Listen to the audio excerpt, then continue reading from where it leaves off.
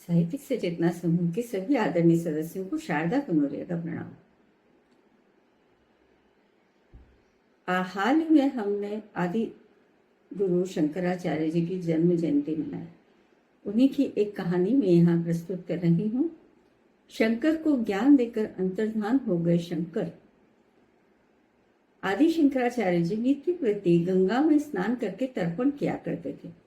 सूर्योदय से पूर्व उनकी पूजा पूर्ण हो जाती। एक दिन सूर्योदय होते होते पूजा समाप्त करके वे विश्वनाथ मंदिर जा रहे थे। उन्होंने देखा गली में श्मशान घाट में काम करने वाला एक व्यक्ति 4 कुत्तों को चारों दिशाओं में बिठा रास्ता रोक खड़ा है।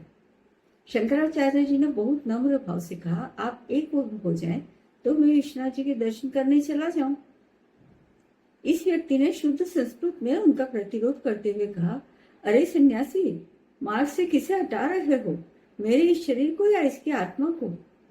हमने तुम्हारा शास्त्र सुना है। तुम्हारा सिद्धांत है कि वह पूर्ण ब्रह्म सर्वत्र सब में है।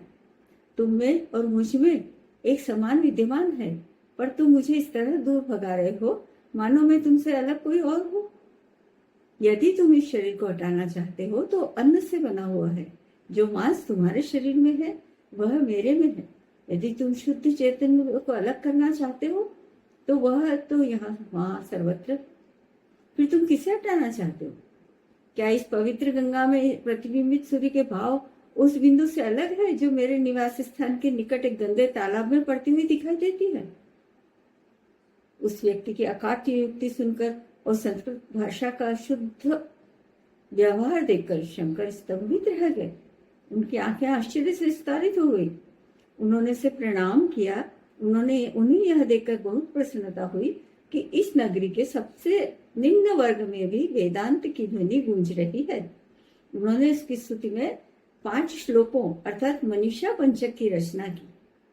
उस व्यक्ति को गुरु रूप में स्वीकार करते हुए कहा, ब्रह्म सच्चिदानंद है, वह सर्वत्र विद्यमान है, अतः मुझ में और तुम में कोई भेद नहीं है।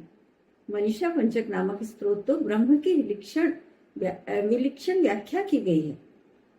जब मनीषा पंचक के 5 श्लोक समाप्त हुए, वह व्यक्ति न जाने कहाँ गायब हो गया, अंतर्ध्यान हो गया। उसके स्थान पर भगवान स्वयं प्रकट हुए, भगवान शिव स्वयं प्रकट हुए। उन्होंने आचार्य शंकर को आशीर्वाद देते हुए आज्ञा दी कि जनता में और विशेषकर पंडित पुजारी समाज में जो अंधविश्वास फैला रहे हैं, शास्त्रों का मर्म समझे बिना यज्ञ हवन कर्म कांड की जो प्रक्रिया जनता को भ्रम में डाल रही है, जिसके कारण देश अज्ञान के अंधेरे में डूबता चला जा रहा है और उसकी सारी राजनीतिक, धार्मिक और आर्थिक शक्तियां धीरे धीरे विलुप्त होती जा रही है, उनका संस्कार करने के लिए एक व्यक्ति को शास्त्र का बुद्धि संगत अर्थ करना होगा। अध्यात्म दृष्टि का इतना लोप होता जा रहा है कि अंधविश्वास को ही जनता शास्त्र का प्राथमिक अर्थ मानने लगी है।